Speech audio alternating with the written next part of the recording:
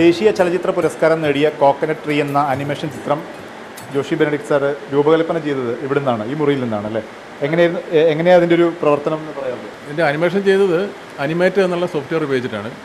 അത് ചെയ്തത് ഈ സിൻഡിക്കിൽ നമ്മൾ വരച്ചിട്ടാണ് ചെയ്യുക. കുറച്ച് എളുപ്പമാണ് ഇത് ചെയ്യാൻ വേണ്ടിയിട്ട്, നമുക്ക് കുറച്ച് കറക്ഷൻ ചെയ്യാനൊക്കെ വളരെ എളുപ്പമുണ്ട്. ഈ മുറിയിൽ നിന്നാണ് ദേശീയ ചലച്ചിത്ര പുരസ്കാരം ഉണ്ടായത്?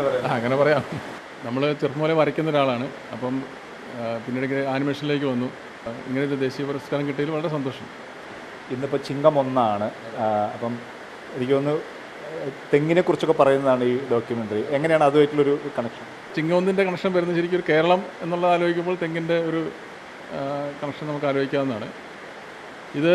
ഇതിൻ്റെ ആശയം എന്ന് പറഞ്ഞു കഴിഞ്ഞാൽ, ഒരു ചെറിയ ഫാമിലി, ഒരു അച്ഛൻ, അമ്മ, മോന്, അവരുടെ ചെറിയ പ്രായം മുതലുള്ള വളർച്ചയെ നമ്മളിതിൽ സൂചിപ്പിക്കുന്നു.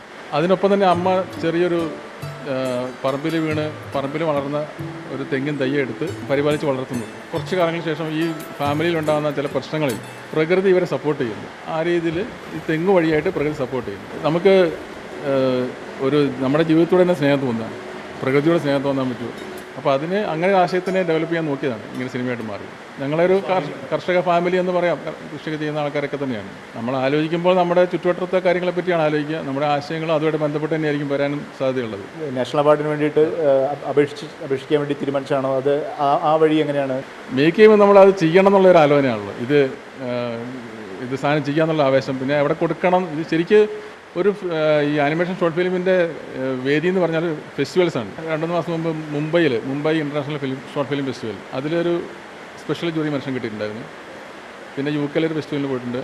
പിന്നെ ബാംഗ്ലൂർ ഫെസ്റ്റിവൽ, അങ്ങനെ ഡൽഹിയിൽ, അങ്ങനെ കുറച്ച് ഫെസ്റ്റിവലൊക്കെ പോയിട്ടുണ്ട്. ഞാൻ ഈ സിനിമ ചെയ്യുന്ന സമയത്ത് എൻ്റെ സുഹൃത്തുക്കളൊക്കെ പറഞ്ഞിട്ടുണ്ടായിരുന്നു, ഇങ്ങനെ നാഷണൽ അവാർഡിൽ ഇങ്ങനെ ഒരു സെക്ഷൻ ഉണ്ട്, ആനിമേഷൻ അവാർഡുണ്ട്. ദേശീയ അവാർഡിന് അപേക്ഷിക്കണമെങ്കിൽ സെൻസർ ചെയ്യണം എന്നുള്ള സംഗതിയുണ്ട്. പിന്നെ അപേക്ഷ സമർപ്പിക്കണം തന്നെ കുറേ ഫോർമാലിറ്റീസ് ഉണ്ട്. ശരിക്കും ഇതിനോടുള്ള പാഷൻ തന്നെയാണ്. തീർച്ചയായിട്ടും അത് തന്നെയാണ്. കാരണം ഇങ്ങനെ ഒരു ചില വർക്കുകൾ ചെയ്യണം എന്നുള്ള തോന്നൽ നമുക്കുണ്ടാവും. അതായത് അങ്ങനെ ഒരു തോന്നൽ, അപ്പോൾ അത് ചെയ്തു എന്നുള്ളത് മാത്രമേ ഉള്ളൂ. കുട്ടികളായിട്ട് കൂടുതൽ കമ്മ്യൂണിക്കേറ്റ് ചെയ്യുന്നതാണ്. എങ്ങനെയാണ് ഇത്? നമ്മളിവിടെയൊക്കെ പറയുന്നത് ആനിമേഷൻ സിനിമ എന്ന് പറഞ്ഞാൽ അത് കുട്ടികൾക്ക് വേണ്ടി മാത്രമുള്ളതാണെന്നുള്ളൊരു ധാരണയിലാണ് നമ്മൾ നിൽക്കുന്നത്. ശരിക്കാകല്ല. ഈ ലോകത്ത് ഇങ്ങനെ സീരിയസ് ആയിട്ടുള്ള ഗൗരവത്തിലുള്ള വിഷയങ്ങളെ സംബന്ധിച്ച് വിഷയങ്ങളെ അടിസ്ഥാനമാക്കിയിട്ട് ധാരാളം ഷോർട്ട് ഫിലിമുകൾ ഉണ്ടാവാറുണ്ട്. നല്ല പരീക്ഷണങ്ങൾ, അതിൻ്റെ സ്റ്റൈലിലുള്ള പരീക്ഷണങ്ങൾ, വിഷയത്തിലുള്ള പരീക്ഷണങ്ങൾ, പുതിയ എന്താ പറയുക, സിനിമാ രീതികളിലുള്ള പരീക്ഷണങ്ങൾ, അങ്ങനെ ഇഷ്ടംപോലെ സിനിമകൾ വർഷങ്ങളായിട്ട് ഉണ്ടാവാറുണ്ട്. അപ്പോൾ ഇത് ശരിക്കും കുട്ടികൾക്കുള്ള വർക്കല്ല. കുട്ടികൾക്ക് കാണാം, കുട്ടികൾക്ക് ഇഷ്ടപ്പെടും. എന്നാലും നമ്മൾ ഉദ്ദേശിക്കുന്നത് കുറച്ച് മുതിർന്ന ആൾക്കാർ കാണുക.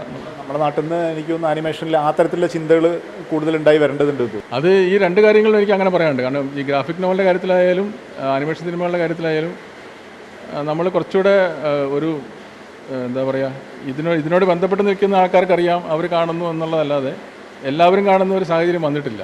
ആ കാലം വരുന്നേ ഉണ്ടാവുള്ളായിരിക്കും. പുല്ലൂരാമ്പാറ എന്നുള്ള ഗ്രാമം ഒരു ദേശീയ തലത്തിൽ അറിയപ്പെട്ടു. ഉണ്ടാവുമായിരിക്കും.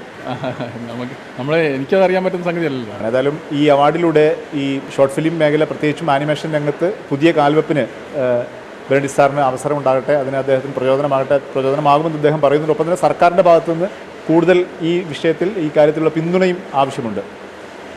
ജോം ടിക്കൊപ്പം മുഹമ്മദ് ഷഹീദ്, മാതൃഭൂമി ന്യൂസ്.